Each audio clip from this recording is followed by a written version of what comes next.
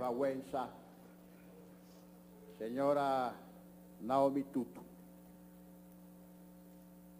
Estamos variando un poco el protocolo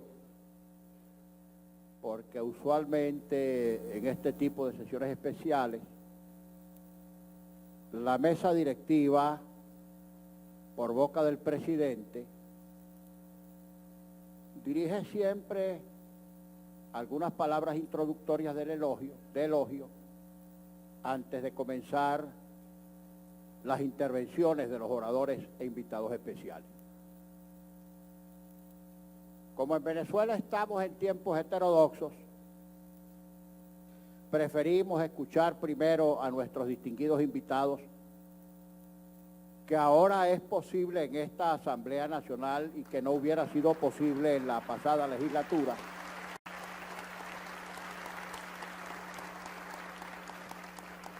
Porque aquí cualquier invitado internacional que viniera a expresar lo que a bien tuviera, porque la democracia no es particular de un país, sino que debe ser universal, inmediatamente era perseguido, atropellado y maltratado por las autoridades. Pero bien, como esta Asamblea Nacional, producto de la voluntad popular recientemente expresada,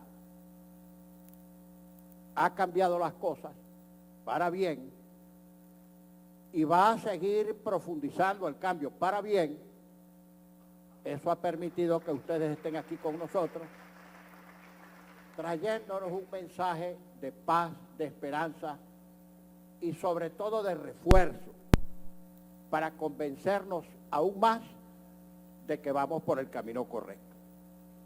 Esa heterodoxia, digo, sugirió que en vez de pronunciar las palabras al comienzo, las dijéramos al final, en parte positivamente inspirado en el mensaje de aliento que ustedes nos traen. Gracias, gracias de todo corazón por estar aquí en estos momentos tan difíciles para Venezuela.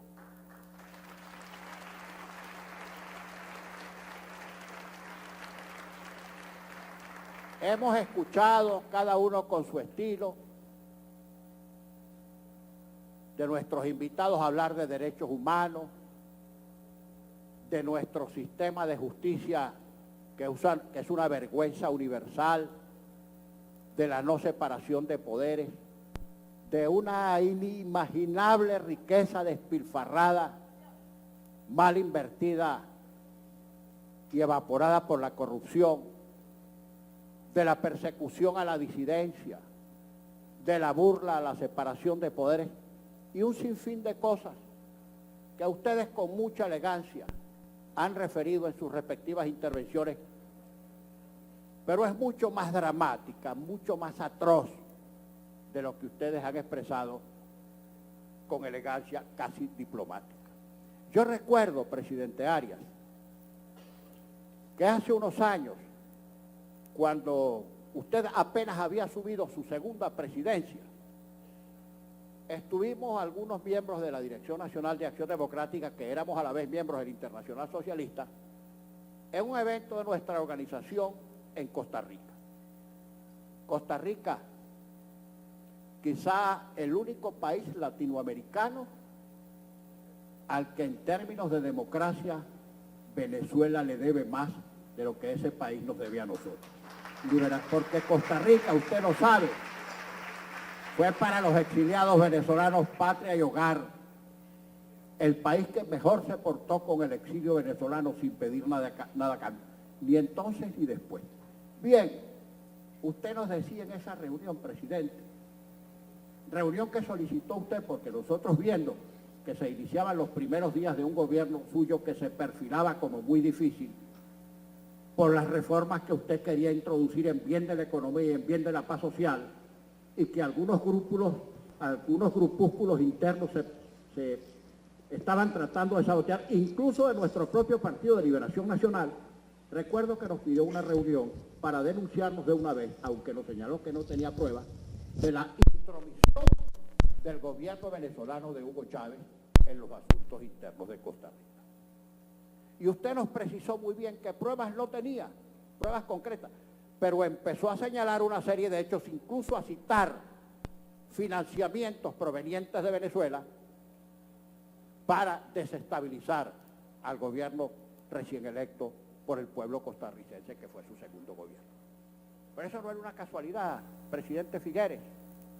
Esa fue la tónica, la línea maestra que orientó el gobierno de un autócrata, de un megalómano, que presa de sus delirios, de sus fantasías, de sus manías, de sus fobias y de sus complejos, pretendió aquí y logró instalar este régimen que hoy atormenta a Venezuela. Esto no es una casualidad.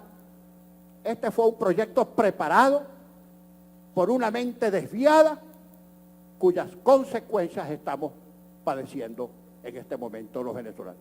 Esto no fue una casualidad, esto no fue producto del azar, esto fue una desgracia por pecados inéditos que nos cayó del cielo. Esto fue el producto de la ingenuidad y de la candidez de nuestro pueblo, que creyó en determinado momento en lo que pudo haber sido un sueño y concluyó siendo una terrible, horrenda, horrorosa pesadilla, que es lo que estamos atravesando en este momento en Venezuela. Por cierto, presidente, usted decía algo que no tiene desperdicio. Toda política se juzga por sus resultados. Obviamente es así. Las consecuencias económicas, sociales y de todo orden que estamos padeciendo en Venezuela son producto de una política inspirada en una manía, inspirada en las pretensiones de un autócrata que trató de implantar ciegamente un modelo que había fracasado comprobadamente en otras latitudes. Si lo sabe el presidente Baguenza, porque después de que fracasó el modelo soviético, que se desplomó de arriba hacia abajo y de abajo hacia arriba, y que habiendo tenido primacía y control total de todos los poderes durante más de 70 años, sumió a ese enorme universo, más la Europa Oriental, en un mundo de pesadillas y de atraso, del que ha podido salir paulatinamente después que abandonó ese modelo. Pero bastantes experiencias tienen ustedes vividas ya, incluso por guerras, de lo que estamos ahora nosotros viviendo en Venezuela, que hemos tenido los estragos, aunque no hemos tenido o soportado ninguna invasión extranjera ni ninguna guerra mundial. Ustedes lo saben, sobre todo en Polonia. ¿Quién se iba a imaginar, por ejemplo, en estos días un diputado del Partido Comunista, de la bancada del gobierno, hacía alusiones a las glorias del ejército soviético, que había sido capaz de ganarle a la Alemania nazi la Segunda Guerra Mundial, que por cierto no lo hizo solo, pero a ese diputado se le olvidó nada más y nada menos que el pacto Molotov-Ribbentrop, que un poco antes de que Hitler ordenara la invasión de la Unión Soviética, se repartió media Europa, incluyendo a la Polonia de Lech Wałęsa. Eso lo olvidaron, porque siempre tratan de ver la historia y de examinar los hechos con un solo ojo. Pero aquí ni con uno, ni aunque no tengan ojos, podrán eludir y esconder lo que está pasando en Venezuela. Esta es la consecuencia de un modelo fracasado en todas partes del mundo, que un megalómano sin instrucción quiso implantar en Venezuela y ha traído esta desgracia que estamos padeciendo en este momento.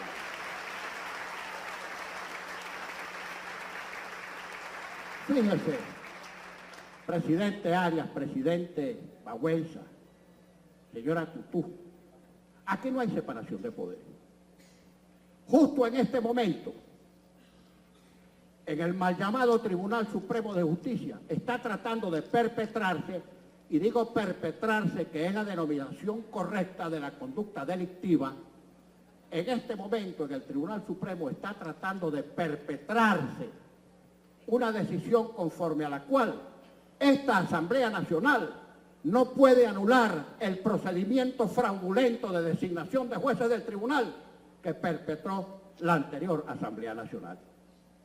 Y cuando hemos dicho que vamos a promulgar la ley de amnistía y reconciliación nacional, el presidente, antes de ver el físico, dijo que esa ley era inconstitucional, y seguramente ese mal llamado Tribunal Supremo de Justicia, integrado por jueces que deberían estar presos y no juzgando, esos mismos jueces van a decir que la ley es inconstitucional para darle piso al gobierno, para que el gobierno diga que la ley no va y que en consecuencia no van a liberar a los presos ni van a poder regresar a los estudiantes.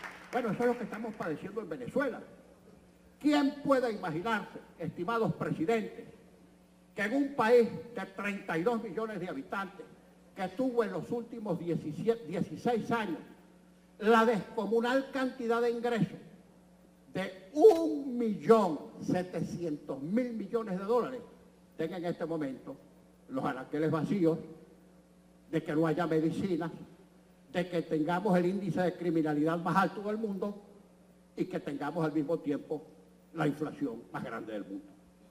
Ese antimilagro ha sido posible, repito, porque estamos corriendo con las consecuencias de una política demencial implantada por un hombre que nunca ha debido ser presidente de Venezuela y que lo fue para la desgracia de este país. Bien.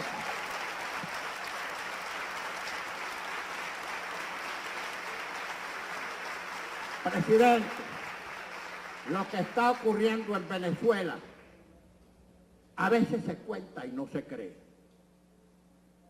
Ustedes han dicho y expresado, yo creo más que como lisonja, como piropo, que somos un país rico, que tenemos riquezas naturales, que tenemos enormes posibilidades por delante. Presidente, si les contáramos, el antimilagro que se produjo en Venezuela se produjo con precios del petróleo históricos. Aquí hubo gobiernos venezolanos que vendiendo el barril de petróleo entre 8 y 9 dólares, lograron milagro agrícola, lograron autoabastecer a Venezuela de comida, incluso exportaron excedentes a otros países. Y aquí, con barril de petróleo a más de 100 dólares, nos estamos muriendo de hambre.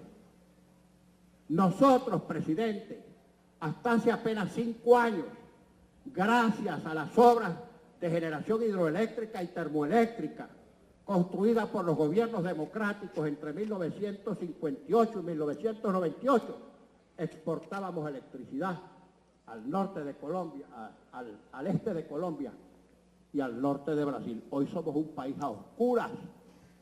¿Cómo se entiende si no por un antimilagro, por un gobierno aberrado, que teniendo como tenemos las reservas acuíferas entre las más grandes del mundo, nuestros pueblos estén muriéndose de sed? ¿Cómo se explica que en el reservorio de Guayana, donde estaba el 30 o el 40% del ahorro nacional, hoy son empresas que valen menos que la chatarra? Y así, presidente, lo que uno diga aquí es poco creíble, hay que verlo, palparlo, sentirlo, padecerlo, para poder estimar que se trata de una verdad. Bueno, de una pesadilla.